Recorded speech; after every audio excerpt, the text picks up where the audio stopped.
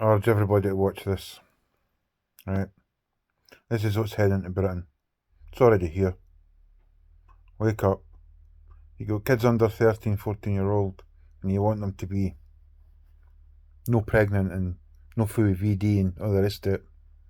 Get into the school and ask them for their sex education curriculum, because that's what I'm going to be doing on fucking Monday morning. Watch this. Hi, this is Gianna London from the Natural Women's Council. We're about to hear from a teacher who's come forward as a whistleblower to expose the level of corruption and colonization happening in the Irish school system. Following this interview, she conscientiously resigned from her post as SPHE teacher and coordinator. Every parent and adult in this country needs to hear what she has to say.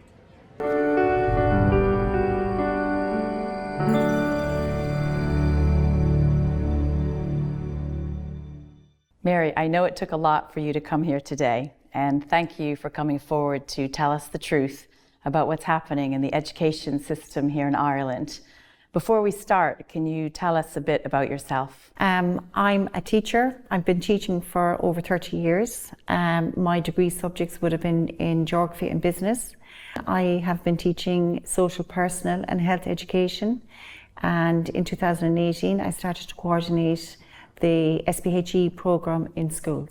And why did you want to do this interview today? What was it that upset you on this DCU course? I actually went on the DCU training course. It was a course set out to actually train up social, personal and health education teachers so that they'd be able to deliver the new SPHE specification that was being rolled out into schools in September 23. So I actually did this course, and I was just horrified by some of the resources that were being used, the teaching methods that were being used, and I feel that they were totally inappropriate. And if teachers deliver these teaching methods and resources in the manner that DCU were asking us to, there's going to be a lot of very upset children, anxious children, distressed children. And I would even say that many of these resources and teaching methods were in breach of the Children's First Act 2015. And I'm here today to call out Minister Norma Foley and ask her to shut down this programme because it is not fit for purpose. I'm so upset about it, and I feel this is a good platform to get this information out to teachers, to principals, and most importantly to parents, to let them see exactly what is going to be going on in the SPHE classroom.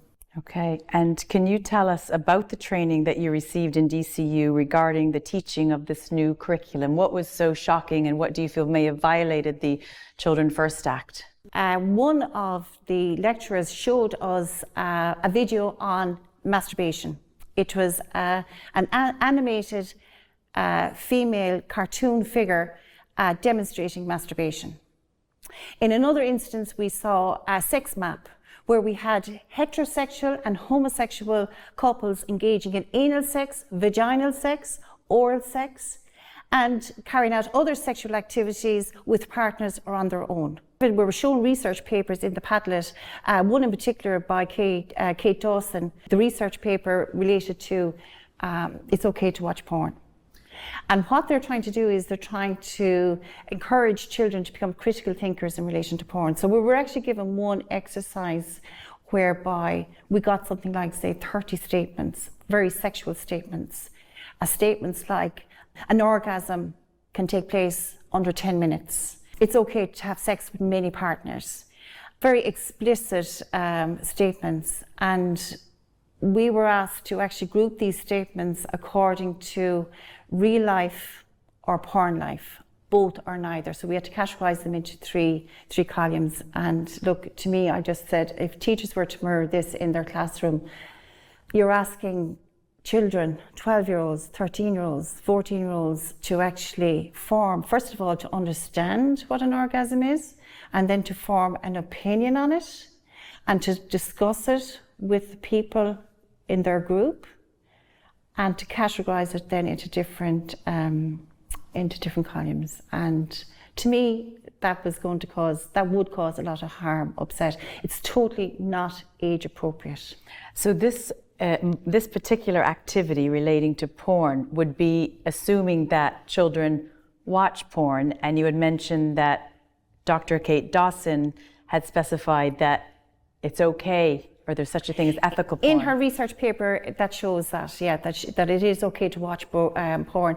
And would you believe, in 2019, Kate Dawson, who's one of the NUIG sex educators, she actually set up porn literacy workshops under the WISER programme, the West of Ireland Sex Education Resource Programme, in conjunction with the HSE. And she went into schools and she actually got a porn alphabet. She co-produced a porn alphabet with students. When parents found out about it, they were horrified, and the whole workshop was actually closed down, and rightly so. So this is actually what they're trying to bring into the schools. They're trying to bring in this porn literacy, where ethical porn, where it's okay to watch porn, and also where we're given a critique when we were actually picking a resource in relation to porn, that it should be, say, co-produced, it should be inclusive, it should be rights-based, it should be creative, it should be holistic. So it sounds to me too that actually, those words could actually be, say, the critique for maybe a possible CBA, a classroom-based assessment that teachers actually could do in the classroom. And this is actually on the junior cert specification. The teachers have now the authority to teach about porn because it's on the junior cert specification. It's learning outcome 3.10, the influence of online porn. And I know pornography is an issue with children, but it's not a precautionary approach that is being implemented by DCU. It's an ethical approach. It's an approach where it's saying it's okay to watch porn. And Mary, that's quite shocking to hear that someone would think pornography and watching porn is okay for children, given some of the focus we've seen on the news, removing their mobile phones and getting them off social media. So did they explain why they felt that there's such a thing as ethical porn? What was your interpretation of why porn might be okay for children? Well, look, the porn industry, it's an industry, okay? There's loads of opportunities in which they can actually stop porn going onto children's phones. I think Ronan Mullins there very recently was actually trying to get a bill through whereby they put some kind of an age application on accessing porn. How many people supported that bill? Like, it can be done. They were doing something over with the French government as well. The French government were trying to do something, and they succeeded in actually stopping porn from going on to children's phones. It's actually an industry. And teachers are actually going to become puppets for that industry. And it's going to give children a very skewed version of sexuality education. This is not sexuality education. And what did the lecturer explain the rationale to saying that porn is okay for children? Did they explain the why behind the ethical porn? It was based on the research papers. And like Kate Dawson is part of this NUIG, the sex educators team. And another person who's part of that NUIG team is actually Siobhan O'Higgins. And Siobhan O'Higgins had a seat on the NCCA curriculum body that devised the new junior cycle. So I call out to her as well to say that this is not appropriate. And parents, I think, would be very upset. And you can see now why students are not being allowed to bring in their phones into the classroom, because there will be an issue. Yes. Students will record what's going on. And so you talked about the activity or the video on masturbation, and you talked about the porn. Were there any other activities on the DCU course that were very uncomfortable or maybe breached the child safeguarding? There was loads of activities. I'll just mention one. There was one where we were given all these arts and crafts resources, and we actually had to create the male and female genitals and sexual organs out of, say, Play-Doh and all other little bits of arts and crafts that were on the table, and we did it in group work. And again, to mirror this activity in the classroom. And I actually was, I felt so uncomfortable about doing it. It's kinesthetic learning. You learn by doing, you learn by discussing. somebody in the group would research, so they'd have to know all the parts, they'd have to label it out. But look, the age appropriateness just wasn't there, and even another teacher on the course was actually quite sickened and disgusted about this particular activity, because it took a full, say, 30 minutes to actually get the products, the sexual organs actually made, and it was a through like how big or how small do you make the penis? Like the discussion around that, is it an erect penis or is it a limp penis? The discussion around that. So yeah, I felt that was just very inappropriate.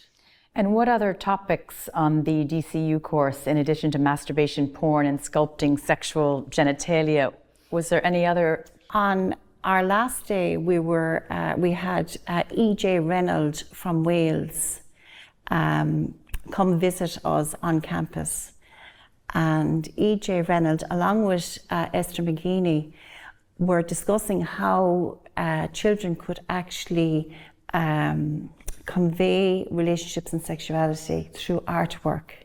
And you see, with SPHE, there's going to be an assessment. It's called a classroom-based assessment. And they were just looking at opportunities whereby, looking at ideas as to how people could present the CBA assessments. So we got to see a video of work that was done in Wales. Oh my God, the room just went so quiet, because what we actually saw was actually just, to me, it was just horrendous. Tell us what you saw. It was actually satanic, if I can use that word. There was actually pictures of somebody's artwork whereby there was this scissors image just about to cut the top of a clay penis, and that clay penis was modelled out.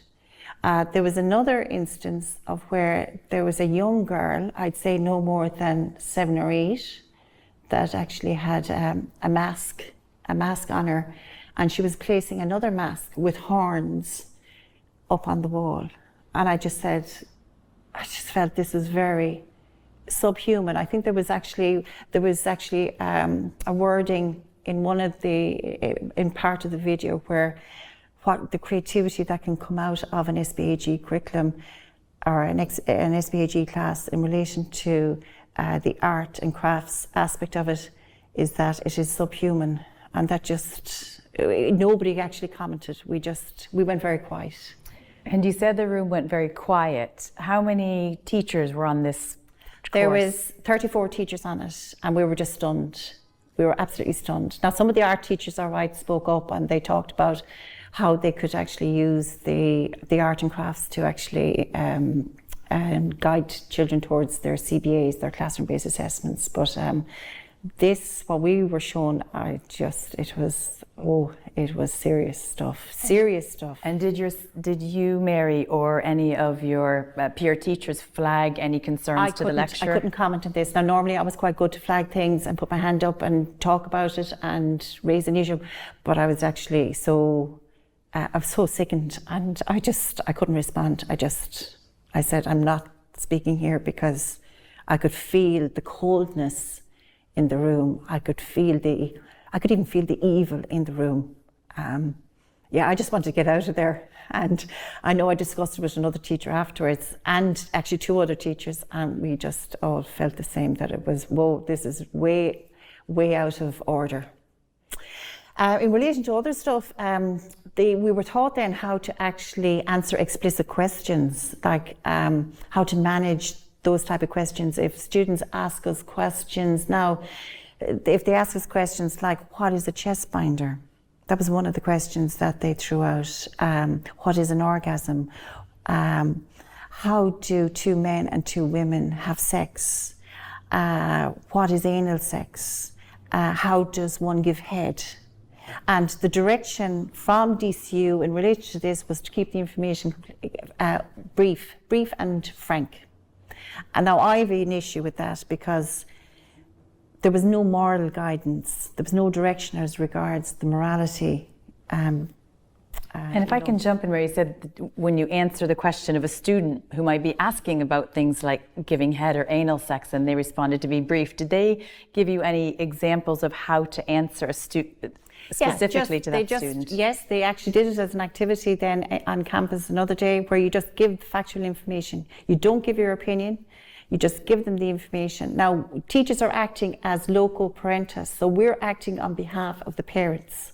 And if a child was to ask their parent, what is a chest binder, that would actually signal alarm bells for a parent, that why are they even asking about chest binders? And that to me would be a safeguarding issue. But there was no mention, the whole area about how explicit questions were to be answered, there was no mention of how they should be dealt with properly in relation to managing the questions in such a way that if it is a safeguarding issue, that it actually be reported, and you bring in the parent and you discuss it with the parent, saying, look, your child is asking about chest binders. Can we need to discuss this. Why is this happening? What thoughts have they in their head in relation to that? So there was none of that. It was you just give them the information and that's it. And I just have a big issue with that. Anything else that you want to say about those activities before we move on? There was another activity where we actually had to rank words according to a scale as to whether they were sexual or intimate. And they actually introduced words. They gave us words. They gave us about 30, 40 words to rank into 2 columns. They were sexual or they were intimate, or they could be a bit of both. And they actually had words such as rimming. They had words such as fisting, mutual masturbation. And again, the SPHE specification is given the authority to teachers to mirror this exercise in the classroom, because the definition for sexual activity in the SPHE curriculum is that it's the fondling, the kissing, and it's sexual intercourse in all its forms. So just to back up a minute, so if I understand it correctly, the teacher would give 30 different words to the age 12 to 15 class, such as the rimming and the fisting and the anal sex, and the class, those children would have to rate them sexual or intimate, those 30 different words that you shared with us. Isn't that just shocking? Isn't that just shocking? Not everybody knows what rimming is. Not everybody knows what fisting is. But this is inclusive education. This is inclusive education, where we are now teaching about rimming and fisting, and no mention of the safeguarding implications as a result of that activity. And fisting is placing a fist up the anus of a person, and that's anal fisting, or up the vagina of a person, that's called vaginal fisting. It sounds like the teachers got quite a lesson on the DCU course. Well, yeah, I didn't actually know what fisting was, and I didn't know what rimming was. Rimming then is all part of the oral sex, where you're getting the anus ready. It's the licking and the licking and the kissing of the anus.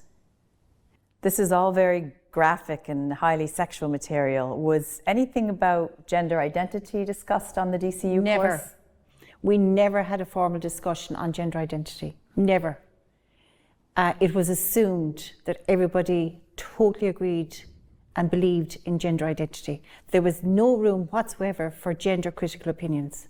Now, 1 or 2 conversations broke out amongst teachers and actually got very heated at times. But this really, really got to me, because they were talking about the importance of actually having debate around healthy food, or the importance about having debate around alcohol and substance use, but they would never have a debate around gender identity. And they were afraid, some of the teachers were saying that they were afraid actually to have a debate around healthy food and healthy eating, because you could upset children who might have anorexia. And one teacher did comment, all right, about, well, should we not be discussing gender dysphoria? But it was just completely affirmation all the time. And in the NCCA guidelines given by the Department of Education, in the classroom, say, bringing it back to the classroom, if a child does show any discomfort in the gender, that a teacher actually has to affirm it. that we allow children to form their identities in environments of affirmation. And did pronouns or anything like that come up on the course? I know on the EDA course, on the EDA in-service course that I attended last May, the 2-day in-service, we were asked actually to introduce ourselves to our students using our personal pronouns, and I totally objected to that. And stop right there for a second. You objected to that, and what was the lecturer's response, or the EJA?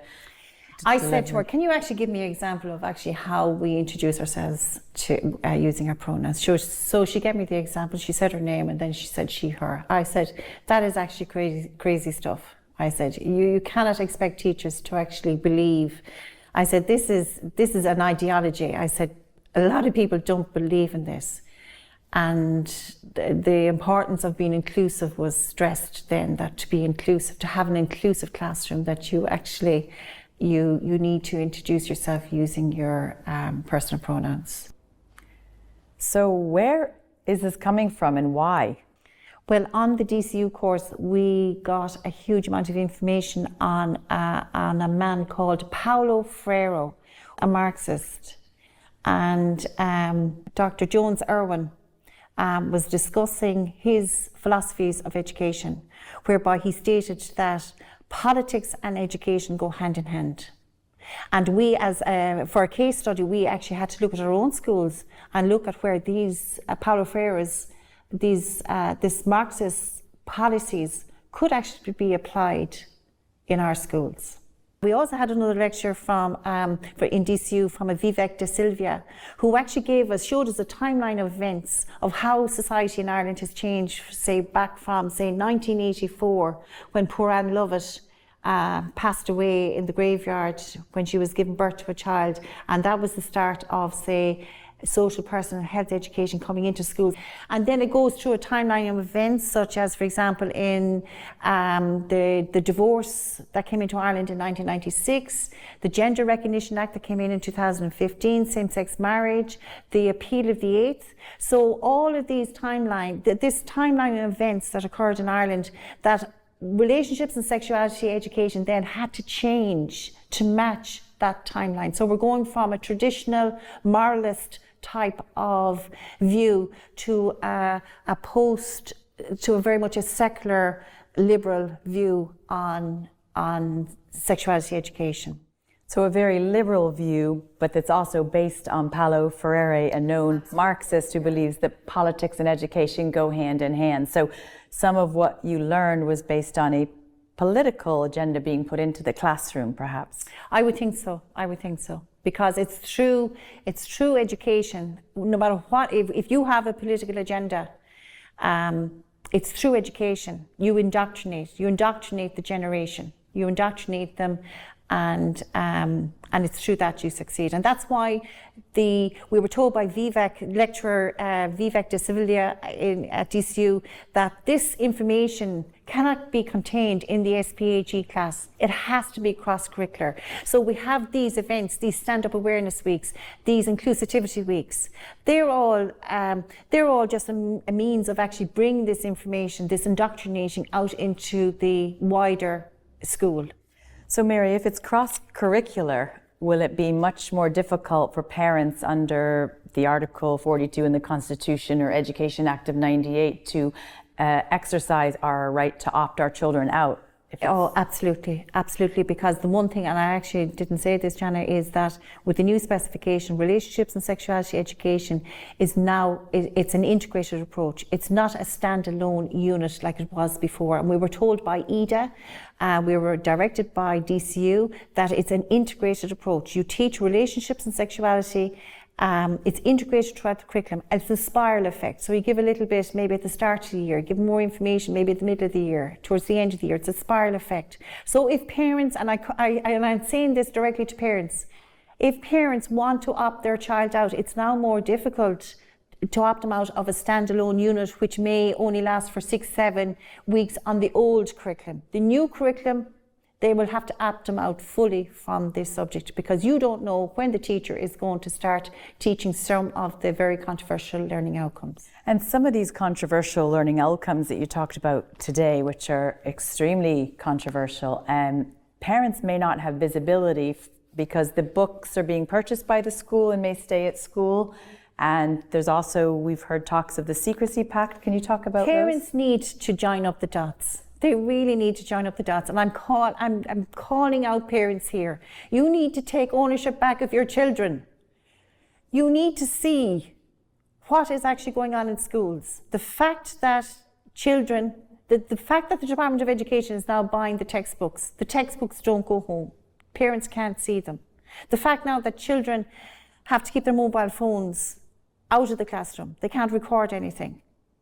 The fact now that children, and this was instructed under EDA as well as DCU, that you create a safe and inclusive environment for children to ask their questions, to ask their explicit questions, but you insist that you insist in your co-produced ground rules that what is shared in the class stays in the class. Mm-hmm. Yeah, and I understand you're upset, and I think how you feel is how a lot of parents and teachers around the country are feeling right now with this. So that's why I was so delighted that you came forward to do this interview. A recent memo came out to the public from the ASTI. Yes, that's right. And that had a similar message. The ASTI actually recognised the fact that there are very sensitive topics on this new specification. They recognise that, and they have actually asked teachers, they've actually informed teachers that if they're not comfortable teaching it, that they're not to teach it. And thank God they actually came out with that. But it's so teachers, this RSE, this type of sexuality education can only be delivered in schools if teachers teach it. And I'm actually calling on teachers, SPHE teachers, who are kind of sitting on the fence, don't know what to do because there's a huge amount of confusion.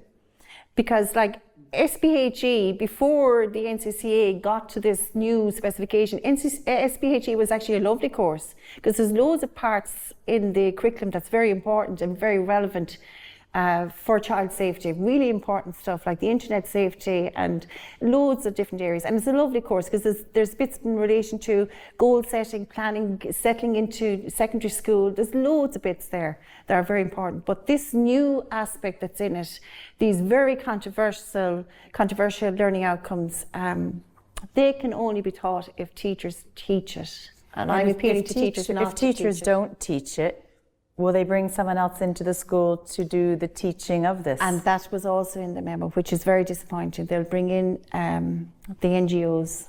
They'll bring in people like Trans Equality Network Ireland and other organisations belong to who would be very happy to indoctrinate the kids with this woeful sex education. I wouldn't even call it sex education. It's just very warped education, and it's actually going to ruin a generation of children, and we need to stop it.